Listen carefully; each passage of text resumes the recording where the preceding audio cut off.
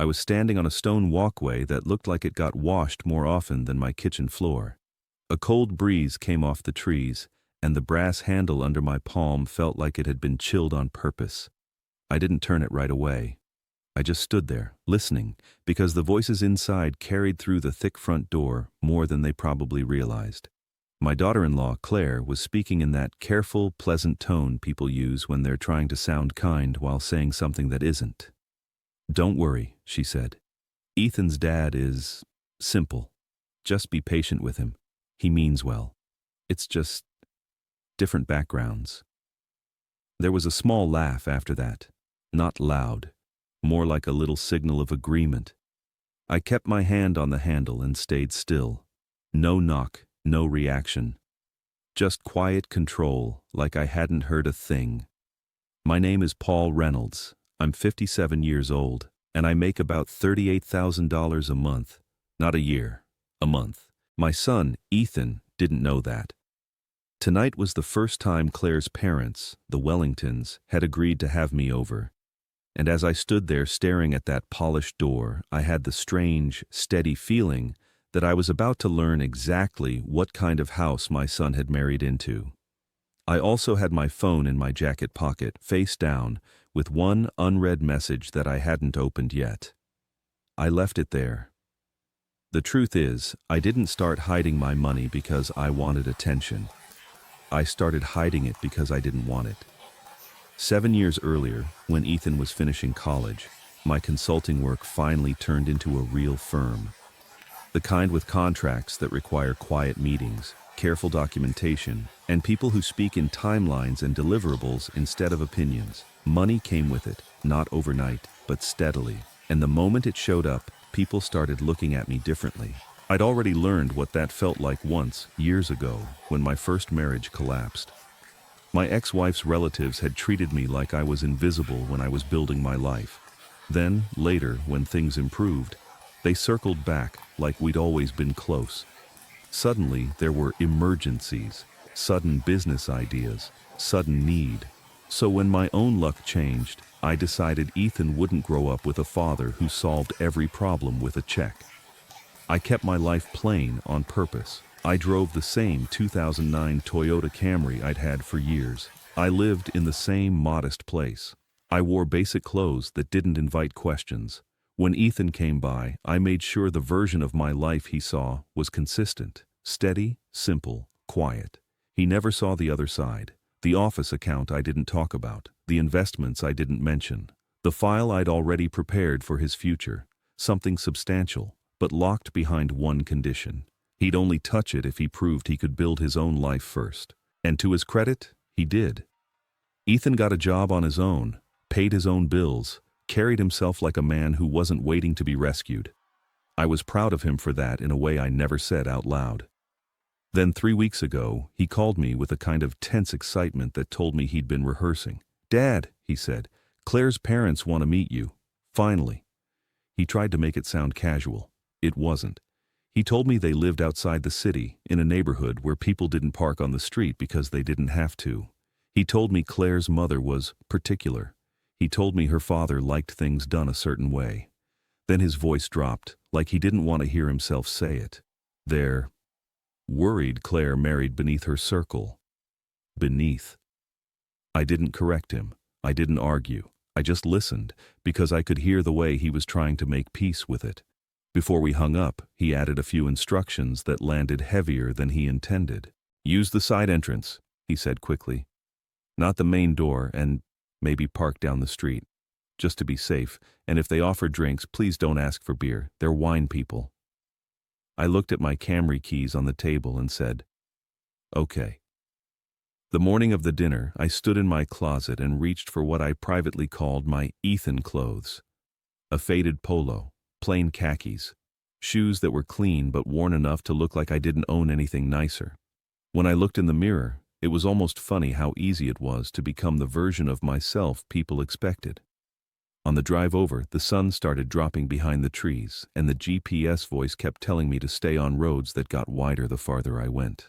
I passed stone walls, iron gates, and driveways that curved away out of sight like they were meant to hide what was at the end. When I turned onto the Wellington Street, I saw the house before I reached it. 3 stories. Brick. White columns. Perfect landscaping that didn't look lived in so much as maintained. I parked on the street like Ethan asked, between a service van and a worker's truck, and walked up toward the side garden entrance. The air smelled like trimmed hedges and damp soil.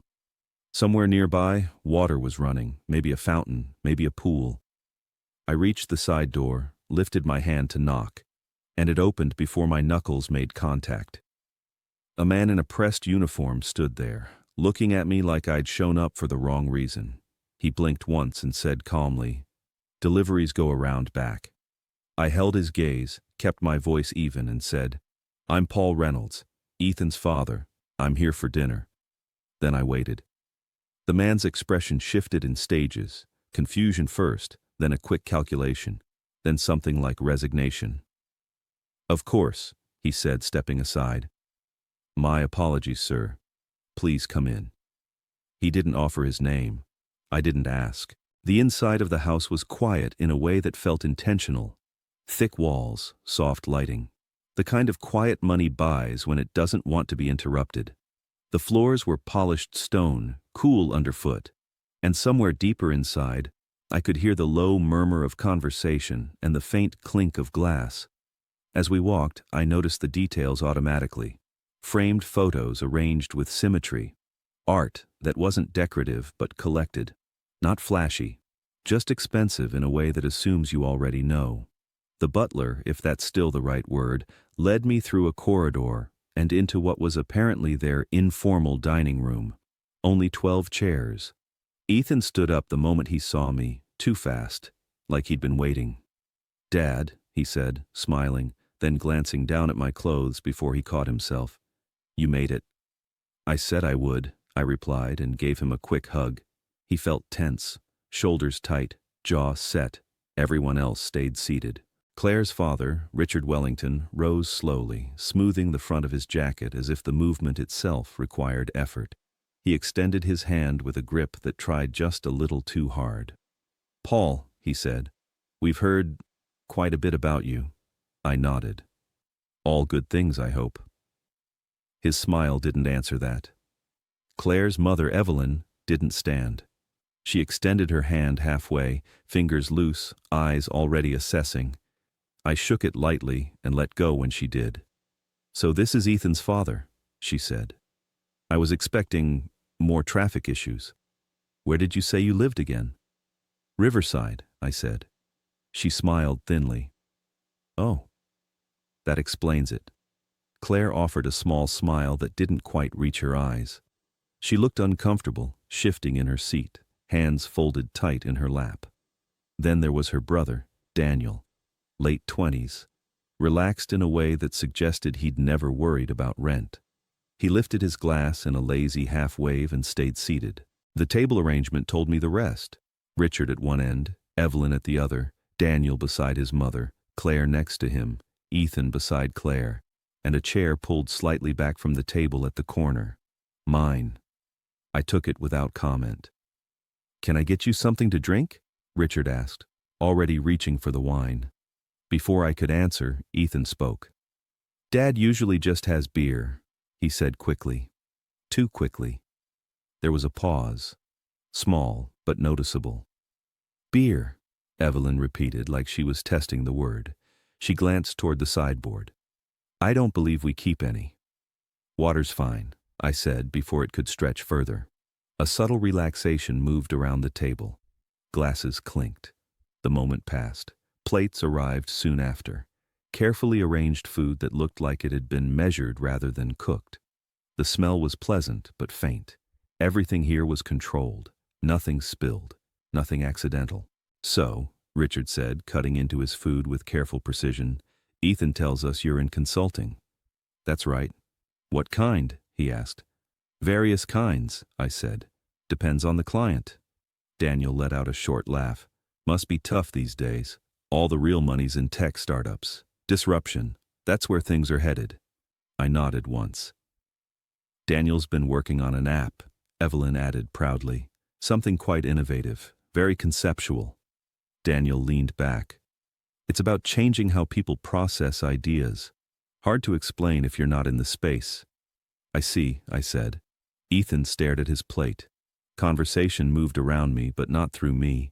Stories about clubs, vacations, people I didn't know, discussed like credentials. I listened more than I spoke. I always do. At one point, Richard leaned toward Ethan. "You should really consider coming to work with me," he said. "Real exposure, real growth. Get you out of that little marketing role." Ethan hesitated, looked at me, then back at Richard. "It's something to think about," he said. No one asked what I thought. Wine was poured again, not for me. My glass stayed filled from a different bottle, set slightly apart. No one mentioned it.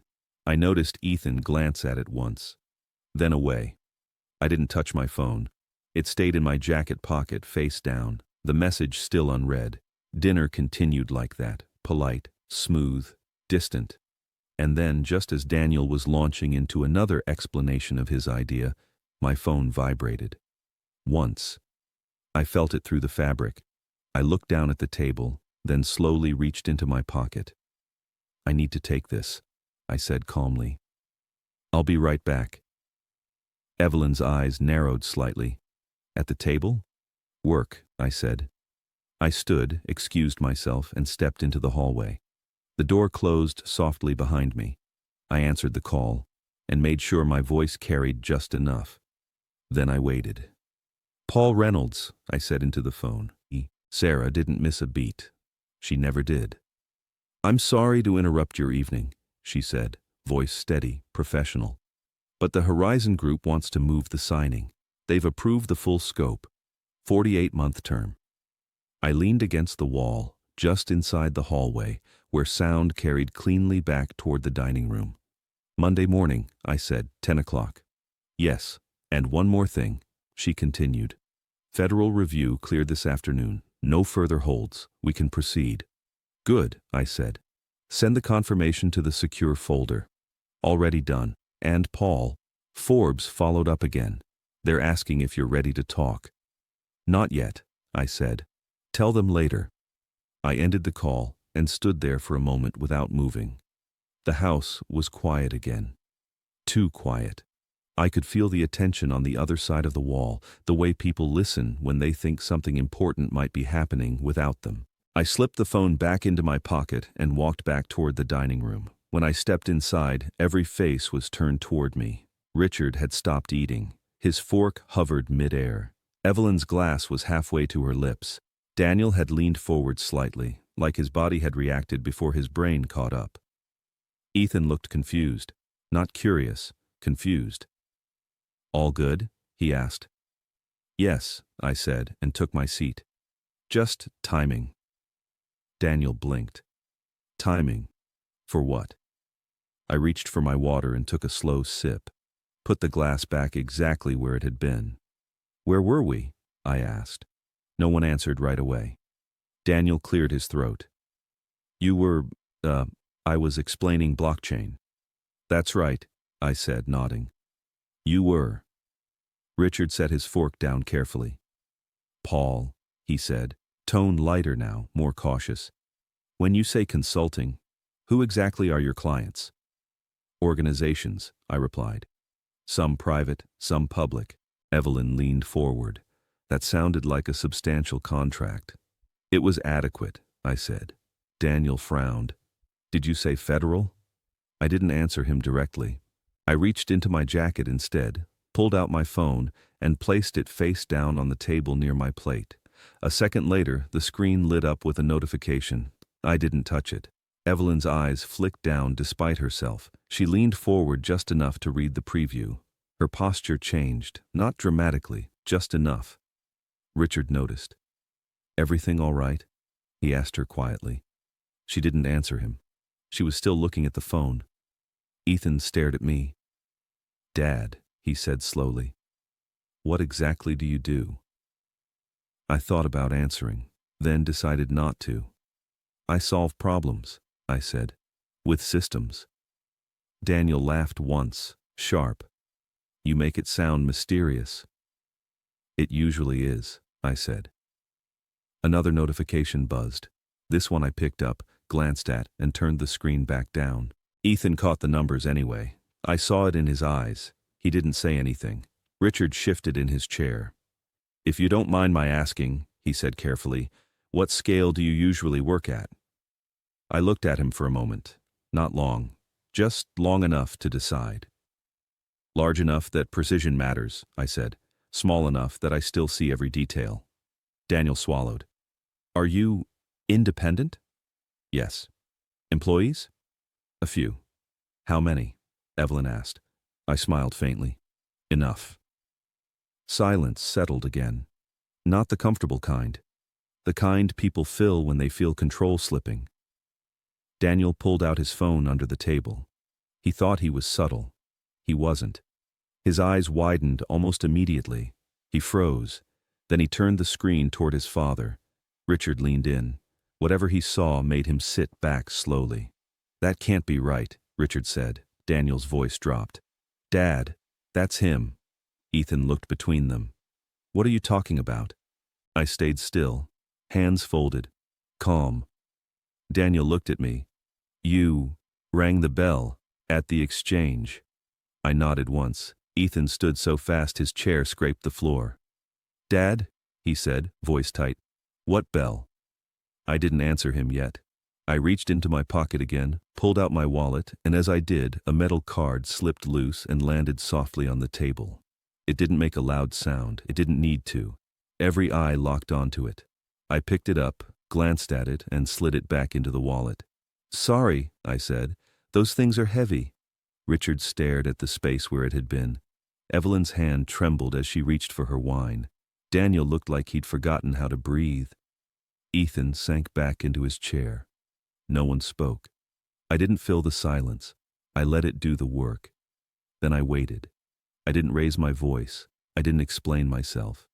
I just sat there and let the room catch up. Silence, when you don't rush to fix it, has a way of organizing things. Richard was the first to speak again, though his tone had changed. Softer now. Measured. "Paul," he said, "I think there may have been some confusion earlier." I nodded once. Not agreement, just acknowledgement. "It happens," I said.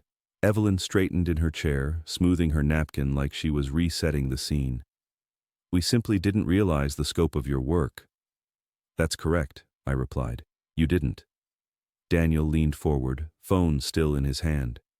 "This article," he said carefully, "it says your firm handled infrastructure security for—" "I don't discuss clients at dinner," I said gently. He stopped mid-sentence. Ethan stared at the table. His jaw was tight. "Dad," he said quietly, "why didn't you tell me?" I looked at him, really looked at him. "You never asked," I said. "And when you spoke about my work, you called it small." That landed harder than I intended, but I didn't take it back. Richard cleared his throat. "Well," he said, forcing a chuckle, "labels can be misleading. What matters is capability. And clearly you have quite a bit of it." I tilted my head slightly. "Capability is built. It doesn't announce itself." Evelyn nodded quickly. "Of course. We value discretion very much." I didn't respond. Instead, I thought in steps, the way I always do when things get unclear. Step 1, establish facts. Step 2, remove assumptions. Step 3, observe behavior under correction. I reached into my jacket and took out a slim folder I'd brought without much thought earlier. Habit, mostly. I placed it on the table but didn't open it. Richard's eyes followed it immediately. "What's that?" he asked. "Nothing for you," I said. "Just notes." Daniel shifted uncomfortably. Ethan finally looked up at me. "Dad," he said. "They thought—" "I know what they thought," I said calmly. "They showed me." Evelyn stiffened. "We've always been welcoming." I met her eyes. "You seated me apart. You served me different wine. You offered me used clothes." Her mouth opened, closed. Richard interjected quickly. "That was a misunderstanding." "No," I said. "It was a system." No one spoke after that. Daniel broke first. "Dad," he muttered. They're right. We shouldn't have. Enough, Richard snapped. I raised a hand slightly, not to stop him, just to signal I was about to speak. I didn't come here to expose anyone, I said. I came to observe. Ethan flinched at that word. I wanted to see how my son was being treated, and how I would be treated if I had nothing to offer. Richard shifted in his seat. And now? Now I'm done observing, I said. I opened the folder. Inside were printed pages, public records, timelines, not accusations, just facts. I slid one page forward slightly, not toward Ethan, toward Richard. Your firm filed for restructuring last year, I said. 8 months ago. Richard's face drained of color. That's, he started. Public, I said. Anyone can read it. Evelyn's fingers tightened around her glass. The house is leveraged, I continued. The cars are leased, and the exclusive opportunity you mentioned earlier. I looked at Richard. It's a liability, not an investment. Daniel whispered, Dad. Ethan stood up. Stop, he said, voice shaking. Please, this isn't helping. I turned to him. You're right, I said. This part isn't for you. I closed the folder and slid it back toward myself. I'm not here to humiliate anyone, I said evenly, but I won't allow my son to be trained to confuse appearance with stability. Evelyn's composure cracked. You had no right. I had every right, I said. I'm his father. That ended it. No shouting, no theatrics, just clarity. I pushed my chair back slightly and stood. I think this evening has reached its limit, I said. Ethan, I'll be outside. I didn't wait for permission.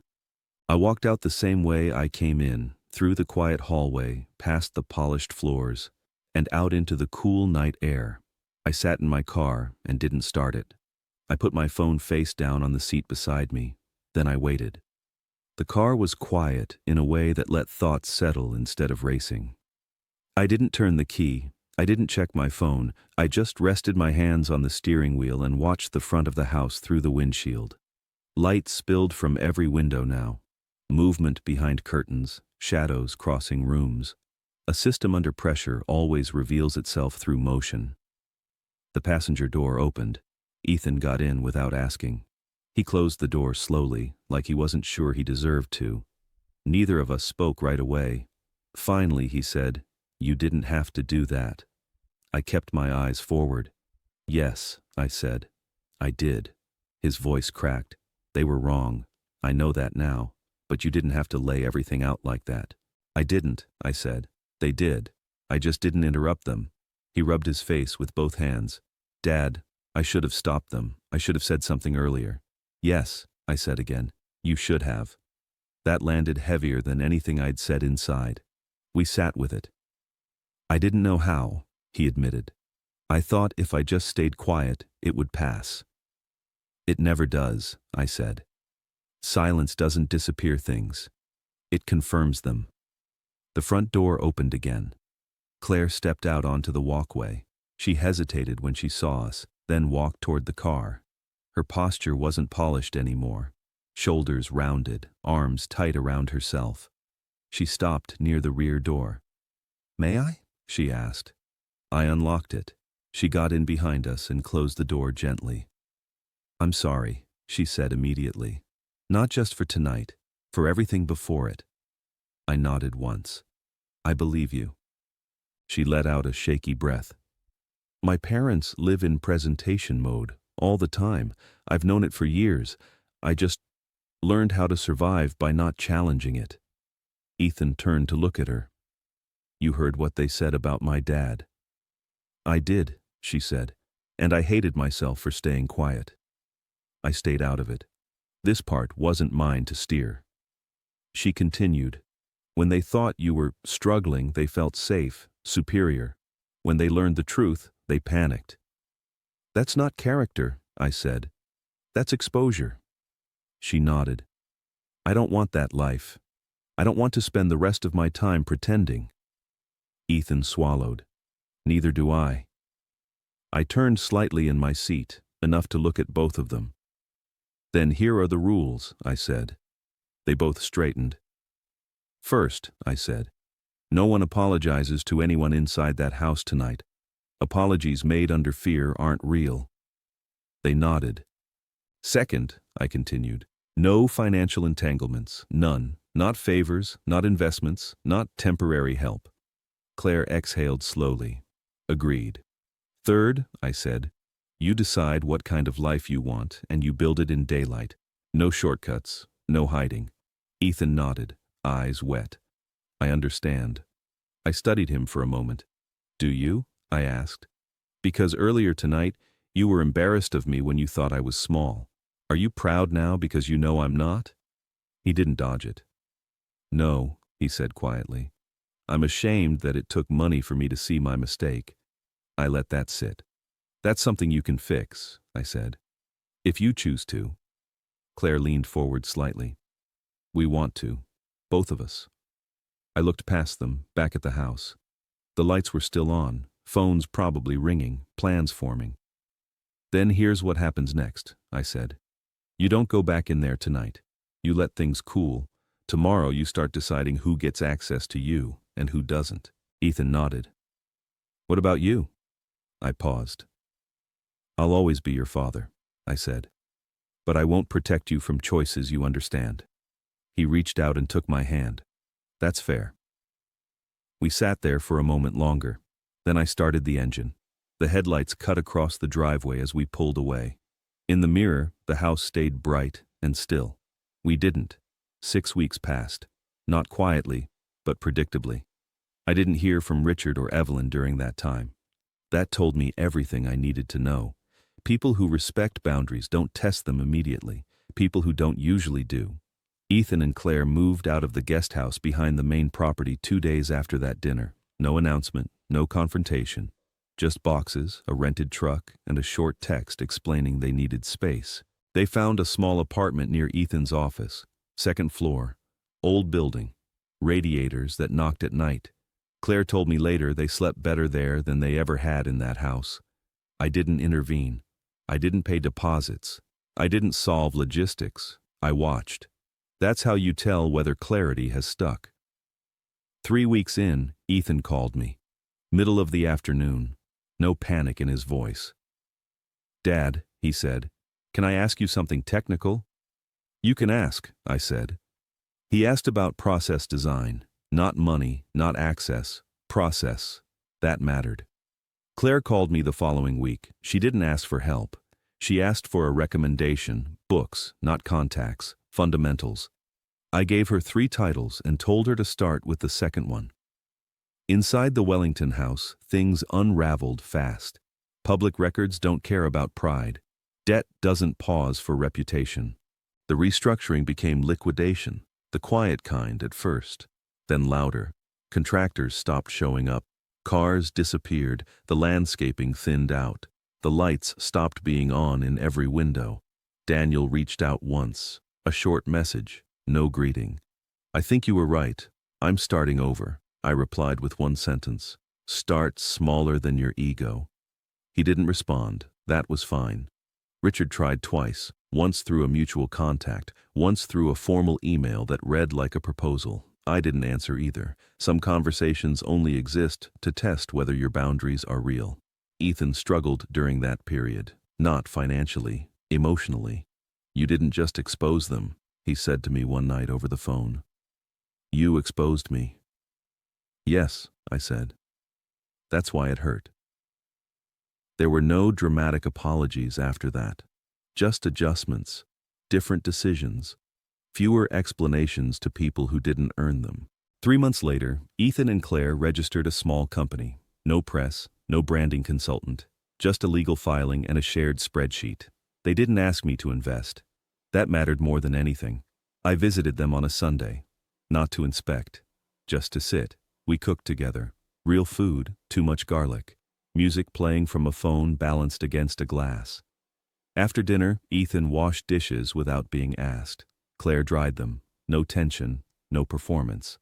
Later, when the apartment went quiet, Ethan asked me a question I hadn't heard from him since he was a teenager. Did I disappoint you? I thought before answering. You surprised me, I said. Then you corrected it. He nodded. That was enough. A month after that, the Wellington house went on the market. The price dropped twice. I drove past it once by accident. The hedges weren't trimmed. The gate was open. I didn't slow down. That night, back at my place, I sat at the kitchen table with a cup of tea and a legal envelope I'd been meaning to organize. Estate documents. Nothing urgent, just structure. I labeled a new folder. Conditional. Then I put it away. Outside, my car sat in the driveway, unchanged, reliable. I turned off the kitchen light and let the house settle around me. Order doesn't announce itself. It just stays. Sunday mornings are quiet at my place. Not the heavy kind of quiet. The settled kind. The kind that comes after choices have been made and stuck to. I still wake up early. I make coffee the same way every time. I wipe the counter even when it doesn't need it. Habits like that keep things honest. Ethan and Claire come by most Sundays now. No announcements, no expectations. They knock, even though I've told them they don't need to. We cook together. Sometimes it's eggs. Sometimes it's whatever needs to be used up. No one performs. No one explains themselves. That's how I know things are real. They're still building their company. Slowly. Carefully.